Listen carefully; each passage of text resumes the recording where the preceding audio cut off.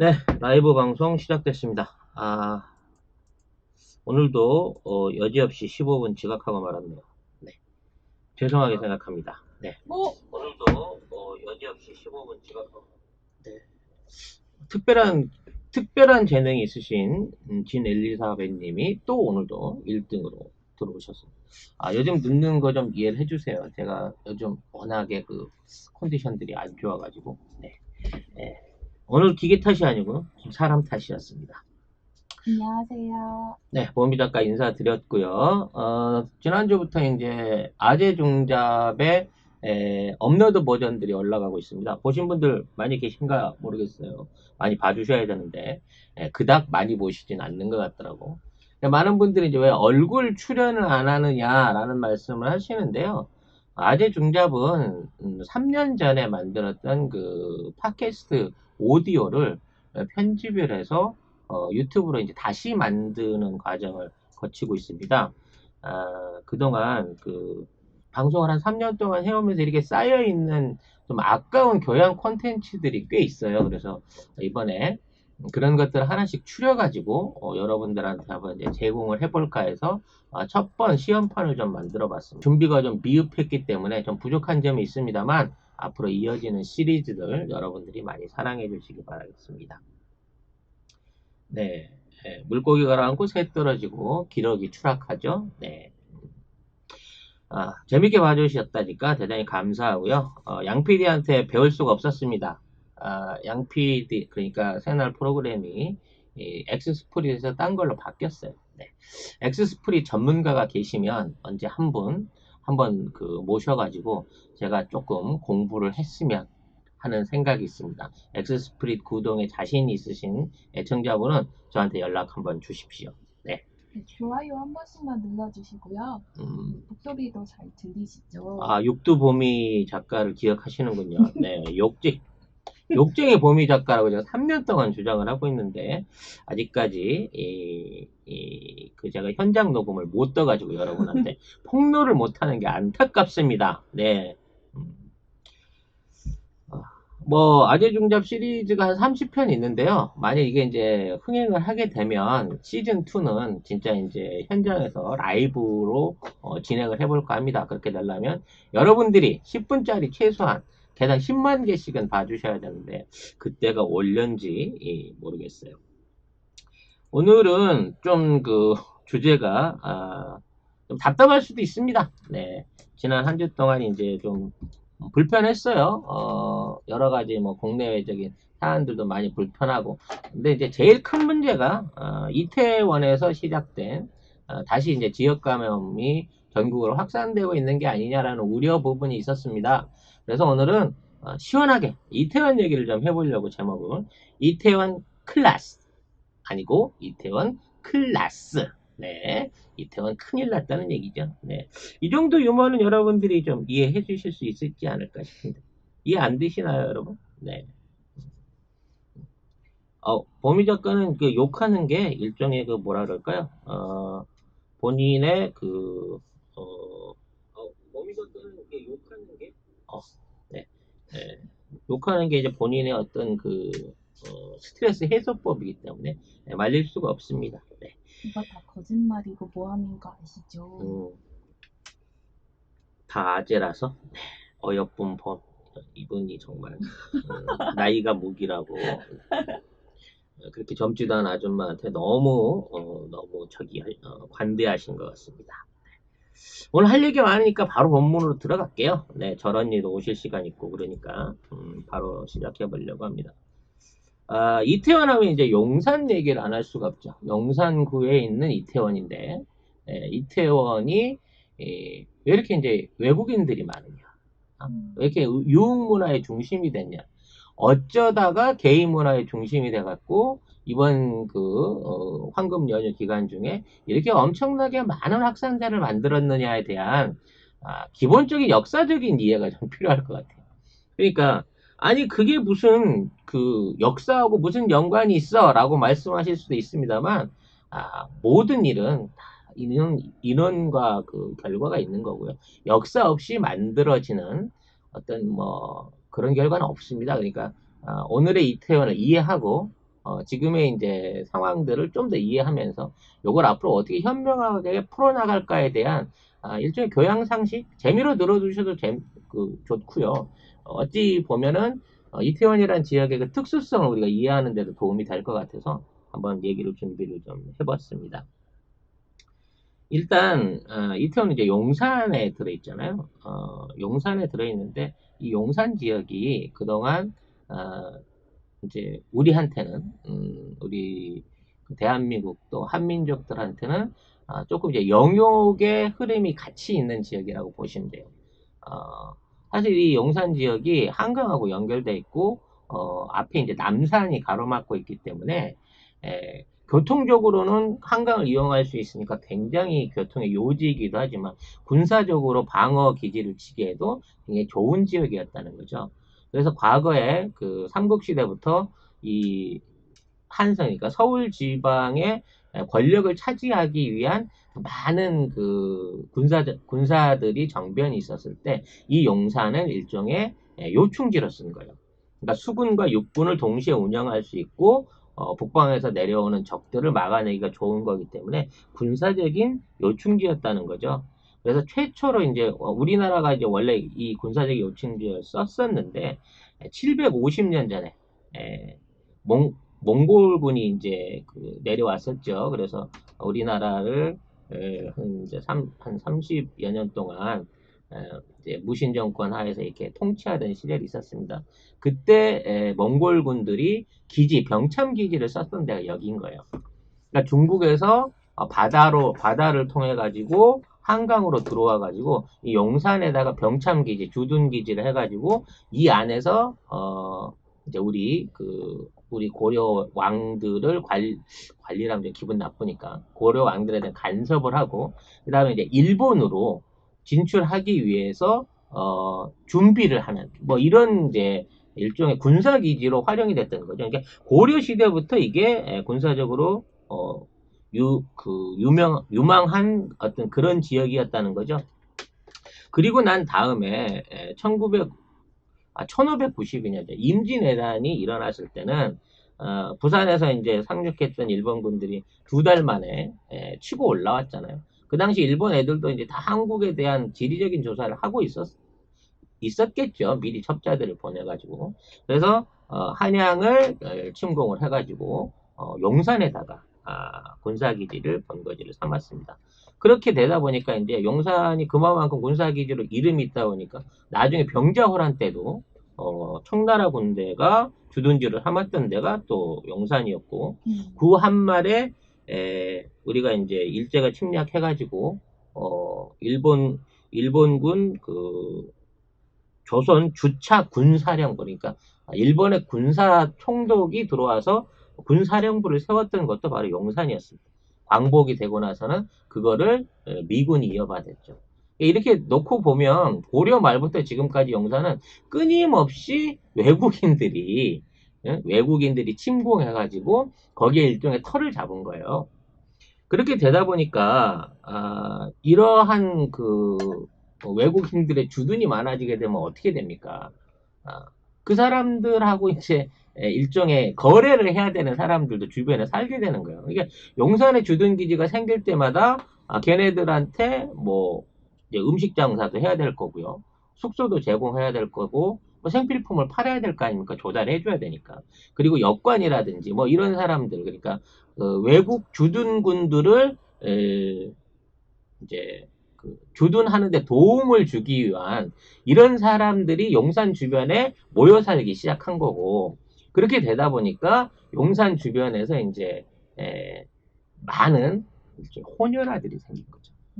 그래서 그 이태원이라고 하는 어원이 달을 이의 태 그러니까 다른 태를 가진 아이다 그러니까 일종의 이제 혼혈아라든지 섞여져 있는 사람들이 많이 살던 동네다라고 어원을 주장하는 사람들도 있습니다. 왜냐하면 이제 임진왜란 때 이태원 지역에 문종사라고 하는 절이 있었대요. 네. 이 절이 있었는데 그때 이제 일본 외장 중에 이제 그 가토 기요마사라고 하는 그 굉장히 용맹한 이게 한양을 쳐들어온 필마로 그 말을 타고 한양을 그냥 단숨에 쳐들어왔던 이 가토 기요마사가 이 절을 탈취해 갖고 숙소로 썼었다고 합니다.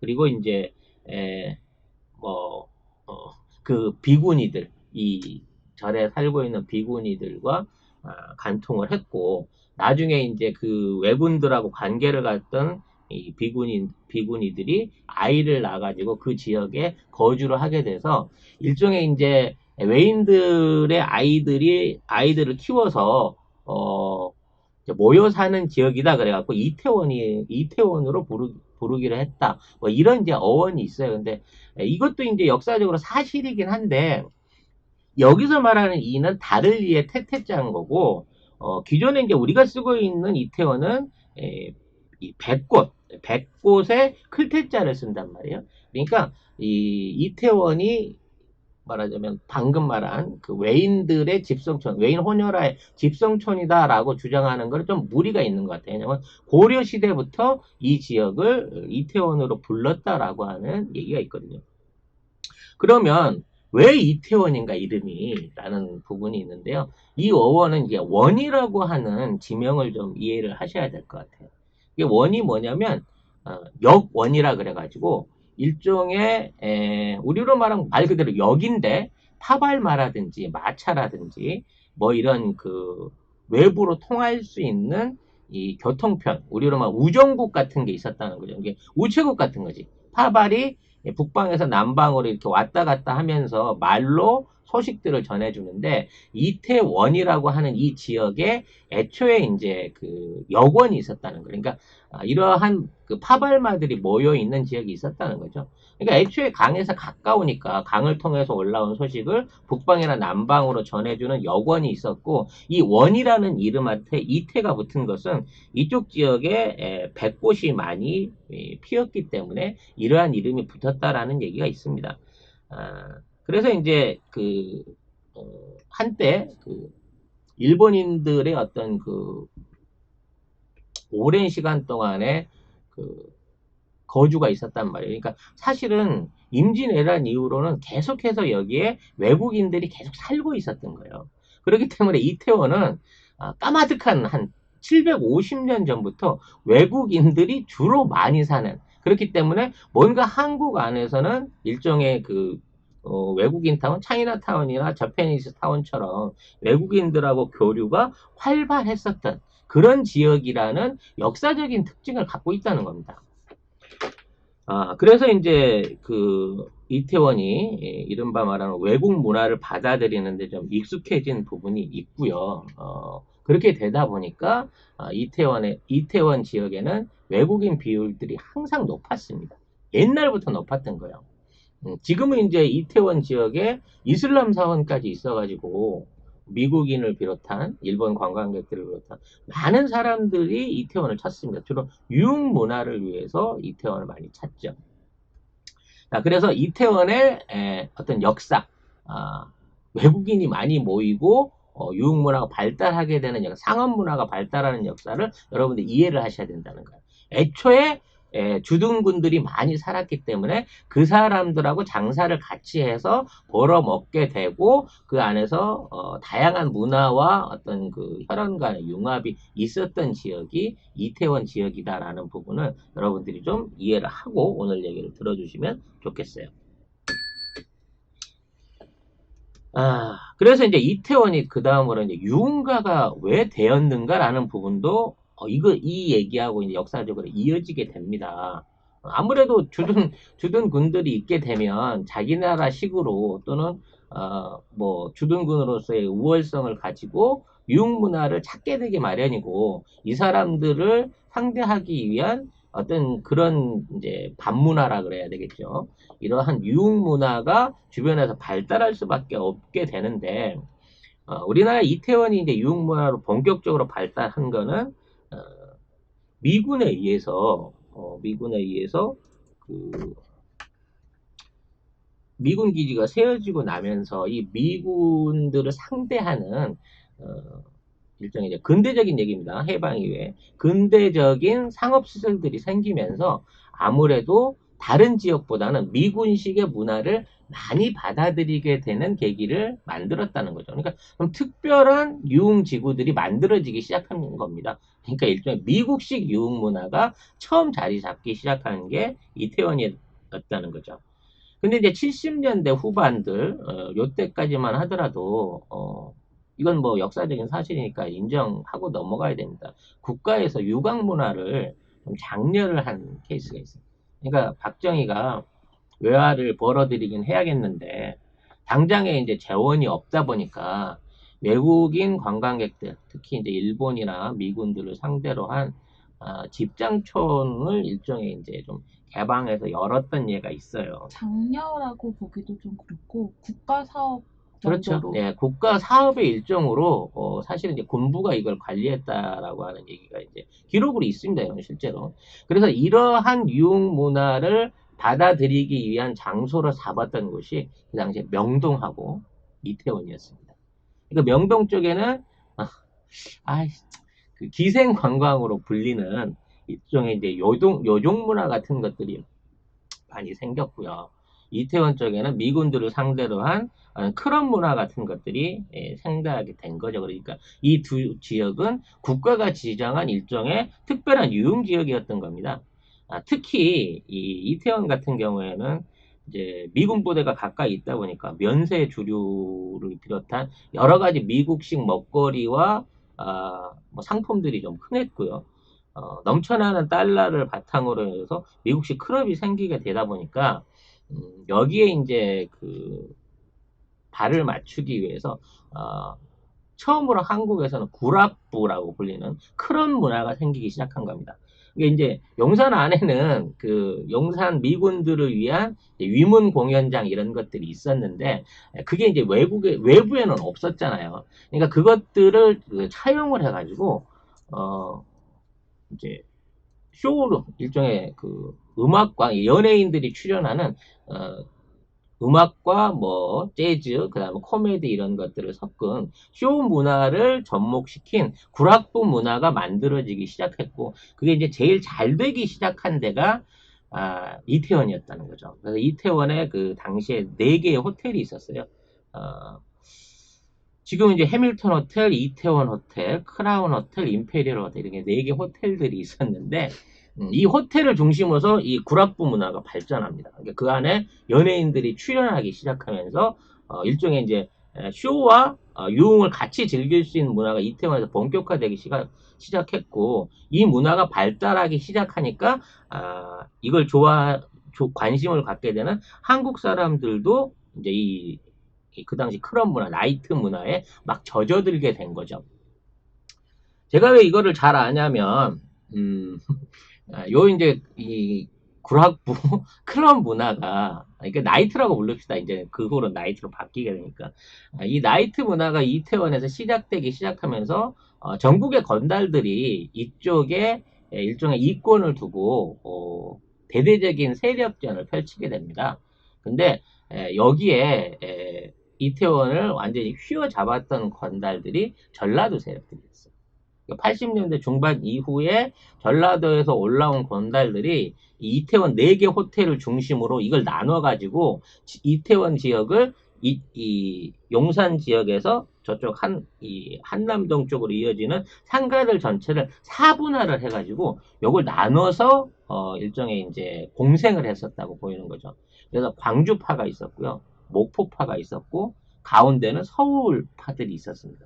그리고 이제 나머지 외곽 쪽은 이제 전라도의 나머지 뭐 벌교라든지 지방 쪽에서 올라온 여러 가지 이제 그 연합체들, 지역 연합체들 같은 업체들이 이제 나눠져 갖고 있었어요. 이때가 이제 송 작가도 한참 이제 유흥문화에 젖을 80년도 후반이었는데 그 당시에 이제 서울 올라가면 이태원에 가서 이른바 그쪽 지역의 이제 건달 형님들을 한 번씩 이렇게 만나고 오는 게 일종의 그 관례 같은 거였어요. 인사를 드리러 가는 거예요. 지역 선배로서.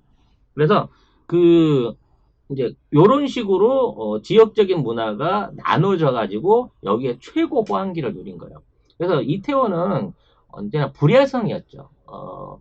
이제 특구 지역으로 지속적으로 계속 유지가 되었기 때문에 IMF 시절 때에도 12시가 넘어서 야간 영업을 할 수 있는 유일한 지역이 이태원이었다는 여러분 기억하시는 분들은 기억하실 거예요. 그러니까 이태원의 안정된 상권을 바탕으로 해서 그 안에서 이제 그 면세주류 또는 미군이 내놓은 이게 뒷구멍으로 나오는 가짜는 아니고 밀수 양주 같은 것들을 바탕으로 해갖고 엄청난 마진이 이루어질 수 있는 상권이었기 때문에 굉장히 이제 치열한 경쟁들이 있었고 그만큼 수입이 높은 노른자위였다는 겁니다. 그 당시를 생각하면 이제 하나의 의문점이 생길 수 있는 부분이 있어요. 조직원 아닙니다, 이 양반. 큰일 날 양반이. 네. 이러한 그 전라도 건달들이 다, 이태원 상권을 쥐고 있는 상태에서 가운데 한 중심에 그 위치를 했던 해밀턴 호텔만큼은 서울 건달들이 이걸 쥐고 있었고, 또 거기가 장사가 굉장히 잘 됐어요. 이태원 한 중심이었기 때문에. 이 삼거리 하나 있거든요. 지금 해밀턴 호텔 이태원 이해하시는 분들은 이태원역 바로 뒤에 있는 호텔을 생각하시면 됩니다. 그래서 왜 해밀턴 호텔에 서울 사람들이, 아니 서울 건달들이 명맥을 유지할 수 있더냐, 요걸 또 알고 가면 재밌어요. 네. 이 상황에서 이제 등장하는 분이 이 최봉호 씨라고 불리는 그 연예계 대부로 통하는 그런 분이 계십니다. 우리가 이제 흔히 이 최봉호 씨를 이해하자 그러면 남희 씨 남편이에요. 그 남희 씨의 이제 남희 씨가 이걸 어떻게 설명해야 지 아무튼 남희 씨의 남편으로 더 알려져 있고 이주일 씨, 하춘아 씨의 매니저로 알려져 있습니다. 그러니까 이 최봉호 씨가 사실은 이 클럽 문화를 열었던 사람이에요. 50년대부터 군부대 그 아까 말한 미팔군 위문 공연 같은 것들을 따라다니면서 연예계를 인연을 맺었고 프로덕션을 최초로 설립을 했죠. 그래가지고 70년대 초에 이제 인기 연예인들을 모았고 아까 말한 서울 구락부를 처음으로 열었던 분이 이분입니다. 그리고 서울 시내에 이름 있는 웬만한 그 나이트와 호텔 나이트들을 전부 다 경영을 하신 분이에요. 소공동 롯데라든지 신사동 리버사이드라든지 하여튼 뭐 당시에 이름 있는 웬만한 나이트들을 거의 다 이제 지분을 갖고 운영하시던 분이었는데 이분이 해밀턴 호텔의 운영을 맡아가고 있었습니다. 이때 공동사장이 이주일 씨였어요. 네. 그래서 이주일 씨가 출연하는 해밀턴 호텔 나이트는 말 그대로 서울 안에서 제일 잘 나가는 명소였고 또 이분이 이제 워낙에 그 연예계 발이 넓은 데다가 그러다 보니까 이제 아무래도 뭐 다른 동생들도 많지 않았겠습니까? 그래서 어마어마한 재산을 모았기 때문에 이분 주변에 이제 모여 있는 서울 건달들이 되게 많았죠. 나중에 이분이 이제 슬롯 머신도 처음으로 우리나라에 도입을 하셨고 뭐 여러 가지 사업들을 하면서 엄청난 거부가 돼요. 근데 이분이 이제 그런 거부가 돼 있는 거는 잘 안 알려졌어. 일반인들은 잘 모르는 상황이 있는데 나중에 이분이 유명해진 게 그 남희 씨의 숨겨진 남편이었다.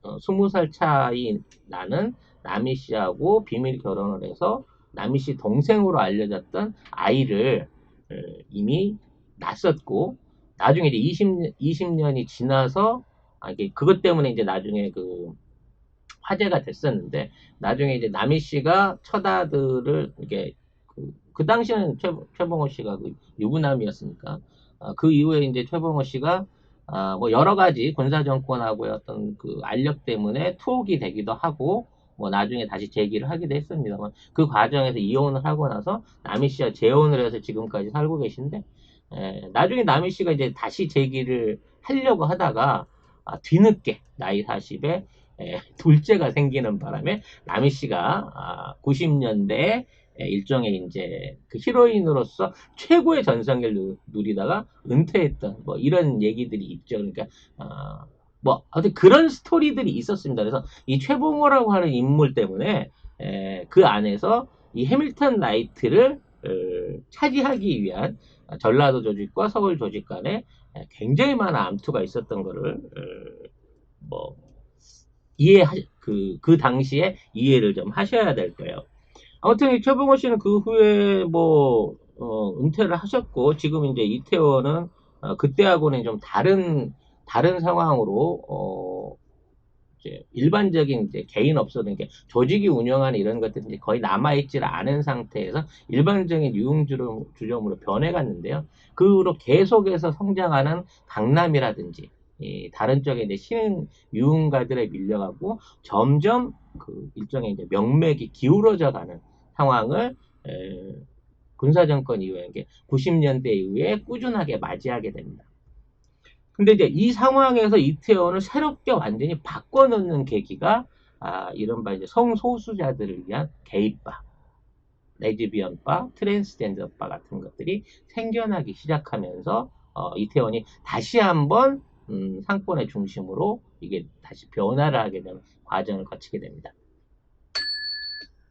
그러면 여기서 우리가 왜 게이 문화가 이태원에서 절정을 이루고 지금과 같은 사태의 원인이 되었는가를 좀 이해해 볼 필요가 있어요.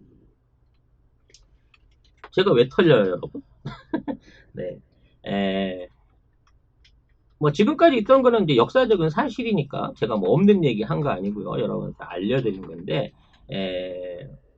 우리나라의 이제 게이 문화가 언제 시작됐느냐라는 부분부터 여러분하고 좀 얘기를 해봤으면 좋겠어요. 우리나라의 게이바 역사의 시작은 종로였습니다. 종로. 네.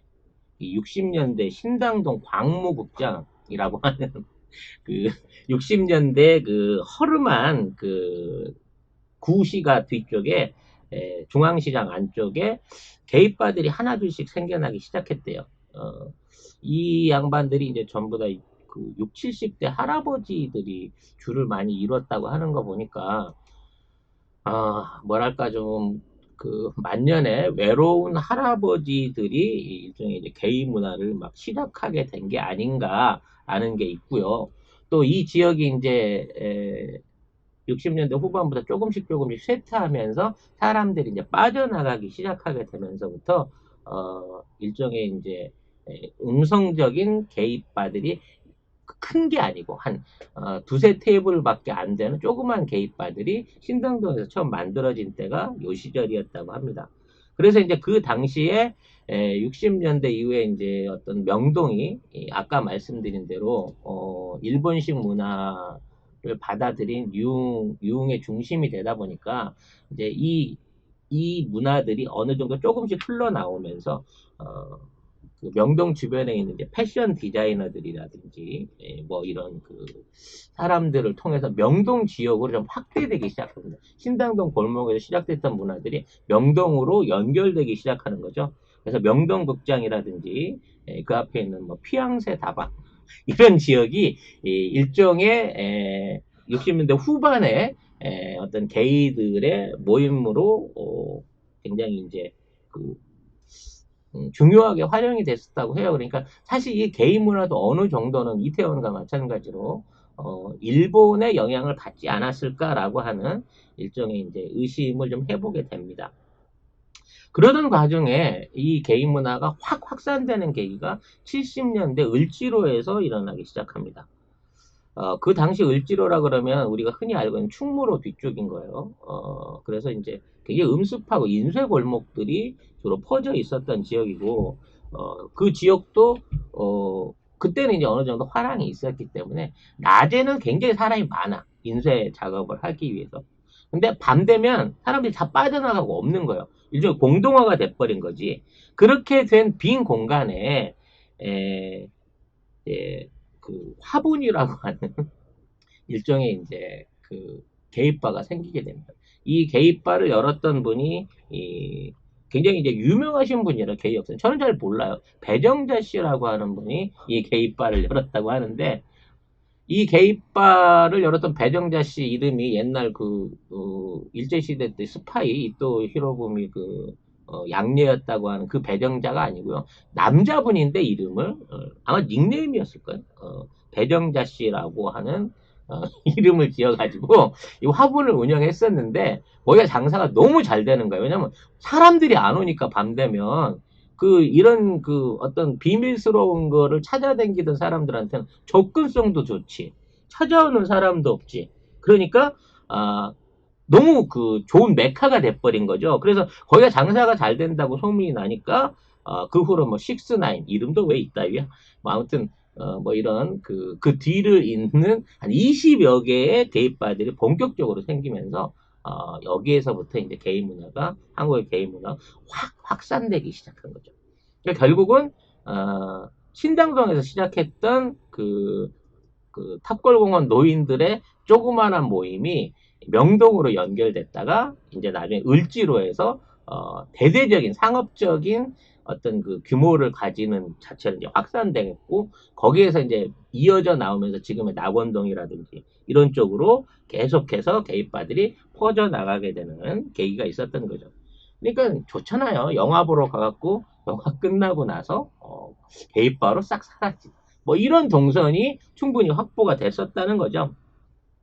아무튼 이러한 게이바들이 이제 좀 수그러들기 시작하죠. 왜냐면 아무래도 소문이 나다 보니까 관심을 받게 되고 이렇게 되다 보니까 80년대 들어서 이 아까 말씀드렸던 낙원이 아니지.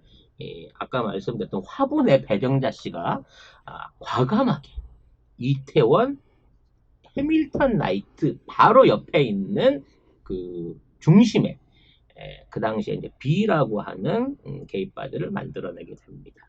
네.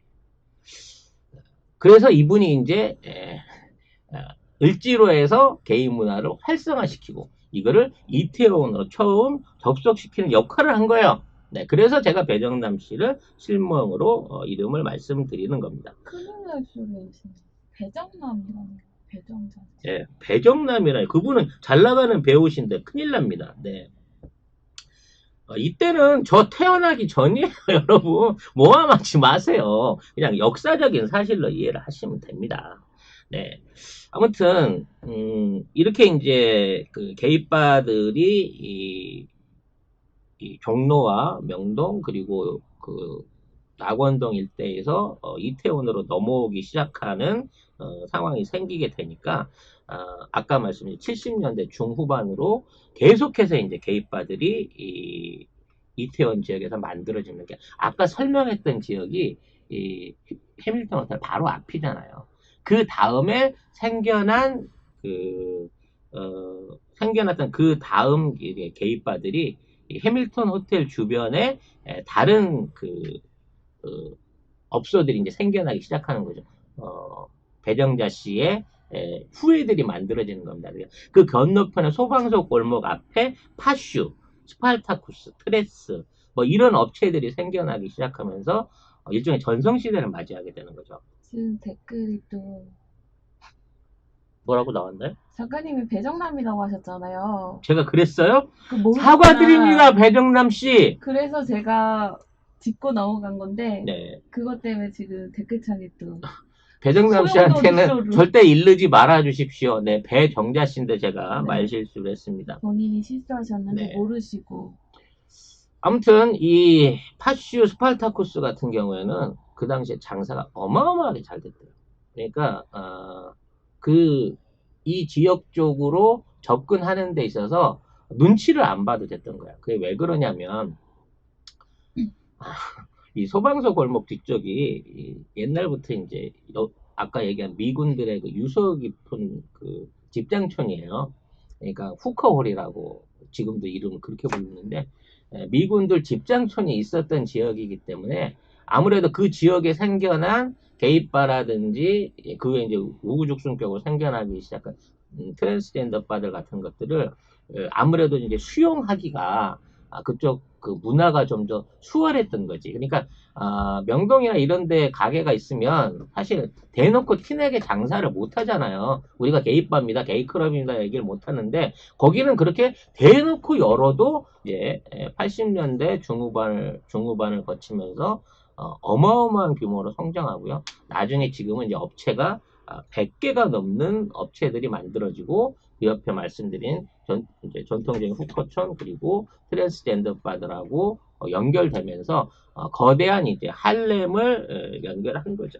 그래서 지금도 이번에 사고가 생겨났던 퀸라이트 그리고 세븐 뭐 이런 업체들이 전부 다 이제 방금 말씀드린 이 지역에 어떤 집중돼서 만들어졌다는 겁니다. 그러니까 이 얘기는 이제 설명드린 거는 이러이러한 과정을 거쳐가지고 이태원으로 이게 이제 옮겨왔다는 거예요. 그리고 이태원으로 옮겨오게 되면서 그동안 음지에 갇혀 있었던 게이 문화들이 조금 더 양성화되는, 좀 더 공개적으로 열릴 수 있는 부분이 됐고, 그렇게 된 이후로 이태원은 게이 문화를 상징하는 중심으로 성장을 하게 됐다라는 말씀을 드리고 싶은 겁니다. 참 이게 경고로운 건요. 해밀턴 호텔 뒤쪽에는 이슬람 사원이 있어요. 네. 그래서 유대인들이 많이 가죠. 유대인들. 또 큰일 날 뻔. 이슬람인들이 많이 갑니다. 그러니까 왜 그러면 여기에 이슬람 사원이 있느냐? 이것도 그냥 간단하게 설명드리고 지나갈게요. 네. 왜냐면 이제 알면 좋잖아요. 상식인데. 70년대 이후에 우리나라가 이제 중동하고 외교를 본격적으로 시작을 하게 되다 보니까 외국인들을 받아들여야 되나, 중동인들은. 가장 큰 문제가 이슬람 신도들이 이제 기도를 드리러 갈 사원이 없었던 거죠. 그래서 그 사원이 없는 상황에서 이거를 어디다 놔야 기존의 기독교나 불교한테 반발을 덜 받을까라고 생각하다 보니까 그럼 이태원에 가자 이렇게 됐다는 거예요. 굉장히 단순한 겁니다. 이태원의 포용성이 이슬람 사원을 받아들이게 된 계기가 됐고, 그 이슬람 사원이 생겨있는 바로 맞은편에는 한국의 게이 문화의 메카가 또 상존해서 있기 때문에 이런 아이러니가 일어나게 된 거죠. 네. 별로 재미없습니까, 여러분? 네.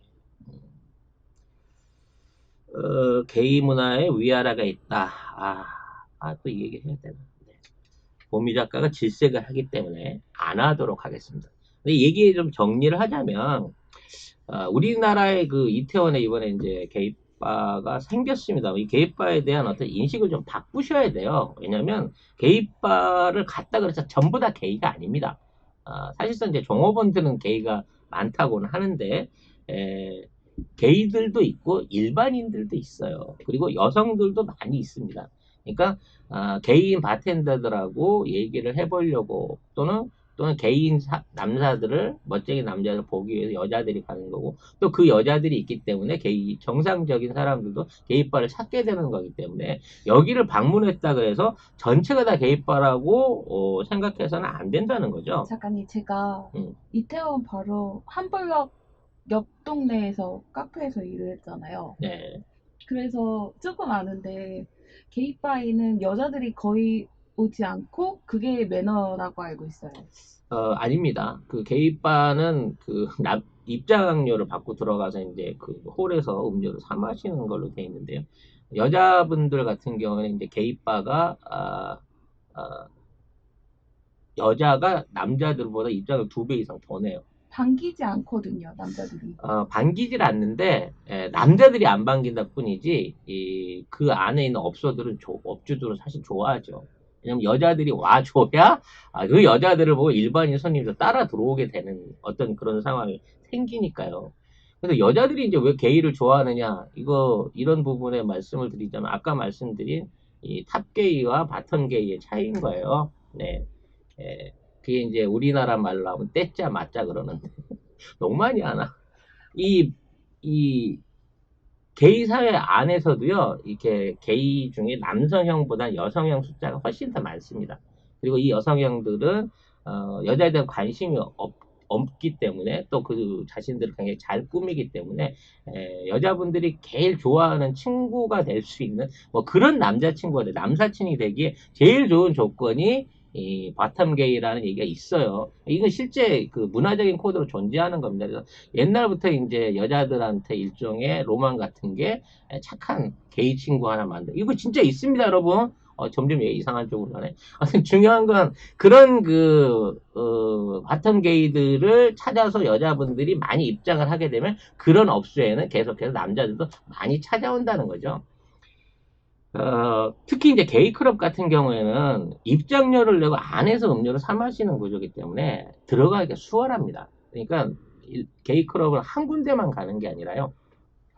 여러 군데를 돌아다니면서 이제 물을 봐요. 이번에 그 이태원 사태가 일어나게 된 계기도 그런 겁니다. 왜 그렇게 여러 군데를 돌아다녔느냐?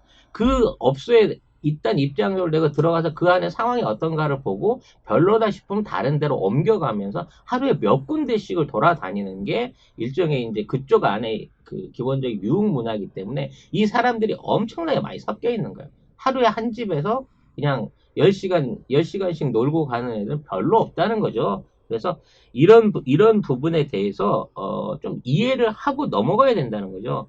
이 게이바도요, 게이바를 출입했다 그래서 전부 다 이 사람들이 성소수자라고 판단해서는 안 되는 건데, 이번 같은 경우에는 이제 사회적 거리두기가 막 풀리다 보니까, 일종의 정모 같은 게 있었다 그래요. 그러니까, 아니에요. 그때 사회적 거리두기가 강력하게 진행되고 있던 시기에 음, 이태원에 그 모임이 있었던 거죠.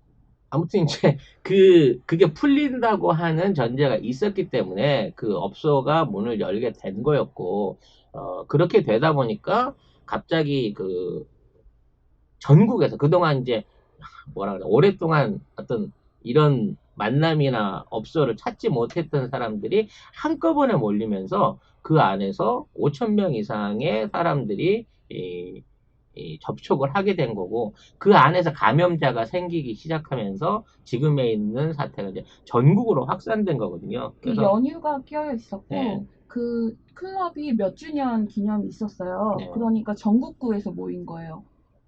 그래서 제주도에서도 올라오고. 저는 이제 이분들에 대한 어떤 그 실드를 치려고 하는 게 아니라요. 전반적으로 왜 이태원이 이렇게 됐고 왜 이태원에 게이들이 많이 모였는가 그리고 왜 모이고 있는가라는 부분을 전체적으로 이해하시라는 의미에서 지금까지 얘기를 좀 정리를 해드린 거니까 그냥 그 상식선에서 여러분들이 알고 계시면 일종의 이제 나중에 다른 상황에서 얘기를 풀어갈 때 도움이 되지 않을까 싶습니다.